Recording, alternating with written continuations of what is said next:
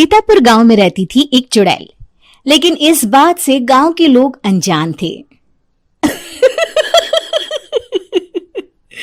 जब तक पूरे गांव की एक एक औरत के गहने मेरे पास नहीं आ जाते, मैं इस गांव को छोड़कर नहीं जाऊंगी, चाहे इसके लिए मुझे लोगों को गायब भी क्यों ना करना पड़े। दूसरी तरफ गांव की औरतें बात कर रही थी। अरे सुन रही हो, ये देखो, मैंने कल ही नया हार बनवाया है सोने का, कैसा लग रहा है? बहुत ही अच्छा है ना। पहले तुम पहनो, फिर शादी में अपनी होने वाली बहू को दे देना। और क्या, सोने चांदी का यही तो फायदा है, जितना पुराना उतना महंगा। लेकिन एक एक पैसा बचाकर ये लेना सच में बहुत मुश्किल हो रहा था मेरे लिए। तभी वहां पहली का पति आ जाता है। गांव में एक औरत के घर के सोने के सारे गहने चोरी हो गए। लोग बातें बना रहे कि गांव में कोई चोर घुस आया है जो घर की कोई चीज को हाथ नहीं लगाता, पर सिर्फ सोने के गहनों को ही चुराता है। अब तुम ना अपने ये गहने संभाल कर रखना। हे भगवान, ये क्या बोल रहे हैं? ये तो वही बात हो गई कि गांव बसा नहीं और लुटेरे पहले आ गए।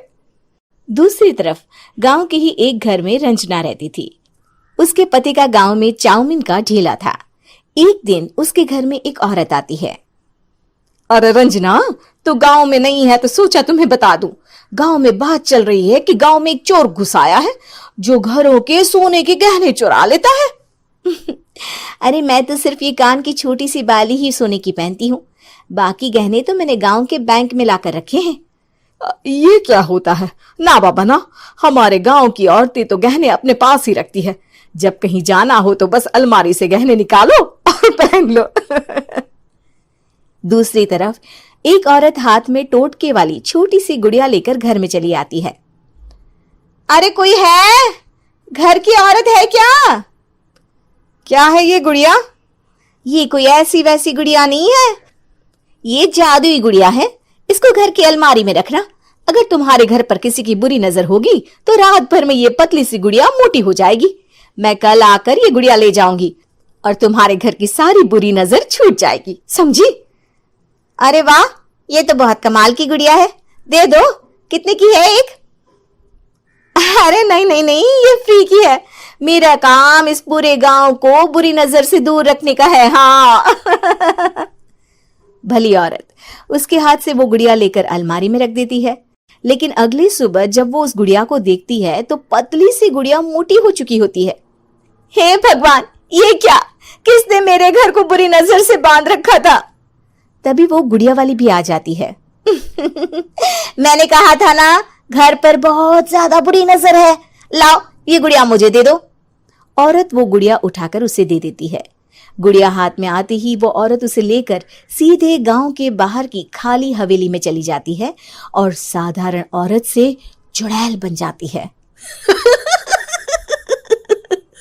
अरे पगली, गांव वाली इस गुड़िया के पेट में तेरे घर के सारे गहने हैं। इतना बोलकर वो गुड़िया को फाड़ देती है और सारे गहने निकाल लेती है।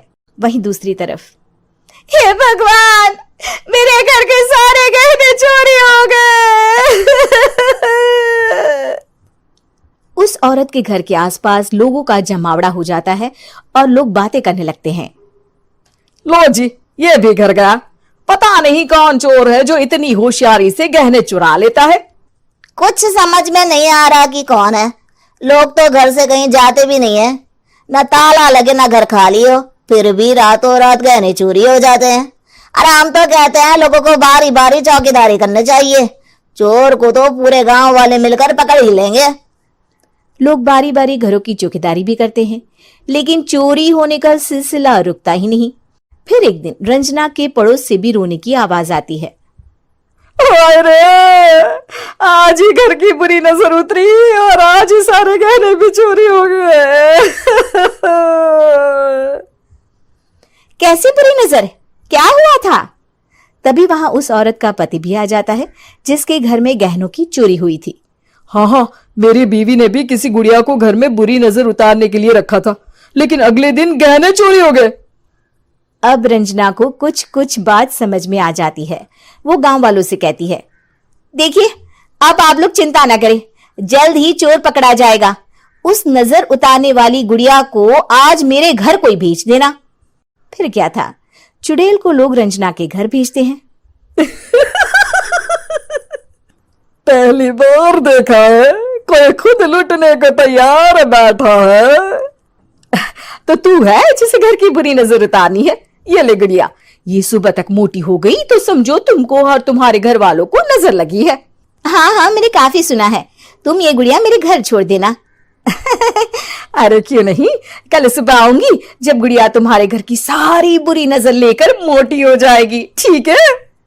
अब क्या था, रात को रंजना ने पूरी नजर गुड़िया पर रखी। वो अपने पति और गांव के कुछ लोगों को घर की खिड़की से घर के अंदर नजर रखने को कह देती है, और फिर जो नजारा सब देखते हैं वो हैरान करने वाला होता है। गुड़िया धीरे से अलमारी खोलकर बाहर आती है। अलमारी के सारे गहने लेकर घर में जहां जहां गहने होते हैं वो लेकर अपने मुंह से खा जाती है। वो जितने गहने खाती उतनी ही मोटी हो जाती और फिर अलमारी में बंद हो जाती है। गांव वाले डर के मारे वहीं बेहोश हो जाते हैं। लेकिन सुबह जब वो औरत गुड़िया लेने आती है, रंजना उसका सामना करती है। ये देखो गुड़िया कितनी मोटी हो गई है, लगता है मेरे घर में बहुत लोगों की नजर लगी है। लाला ये गुड़िया मुझे दे दे, अरे बहुत कीमती गुड़िया है ये। तेरे घर की सारी बुरी नजर मैं गांव के बाहर वाली हवेली में फेंक आती हूँ। शाम को फिर लोगों के घर इसे लेकर जाना है ना, इसमें तो मेरी जान बसती है, जान। रंजना गुड़िया को चुड़ैल की तरफ बढ़ा देती है, लेकिन फिर वापस ले लेती है और गुड़िया के हाथ मोड़ देती है। जैसे ही गुड़िया के हाथ मोड़ती है, चुड़ैल का हाथ भी मुड़ जाता है। अच्छा, तो ये वो गुड़िया है जिसमें तुम्हारी जान बसती है। अब सुन चुड़ैल, तेरी सारी हकीकत सबके सामने आ गई है। या तो गांव वालों के गहने लौटा दे, नहीं तो मैं इस गुड़िया की गर्दन मोड़ दूंगी। चुड़ैल डर जाती है। अरे नहीं नहीं, मेरी गुड़िया दे दो, मैं सबके गहने वापस कर दूंगी। ठीक है, अब भी जा और सबके सारे गहने वापस कर। चल निकल यहां से। चुड़ैल सबके गहने लौटाकर रंजना के पास आती है। ला दे मेरी गुड़िया रंजना, इसके अंदर के गहने निकाल ले, लेकिन ये गुड़िया वापस दे दे। लेकिन रंजना जानती थी कि जैसे ही गुड़िया चुड़ैल को देगी उसकी शक्ति वापस आ जाएगी।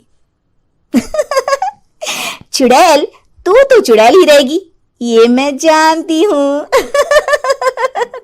अरे नहीं नहीं नहीं, मैं गांव छोड़कर चली जाऊंगी, किसी को परेशान नहीं करूंगी, वादा करती हूँ मैं। लेकिन रंजना उसकी एक बात नहीं सुनती और गुड़िया का सर उसके शरीर से अलग कर देती है। चुड़ैल सर अलग होते ही गायब हो जाती है।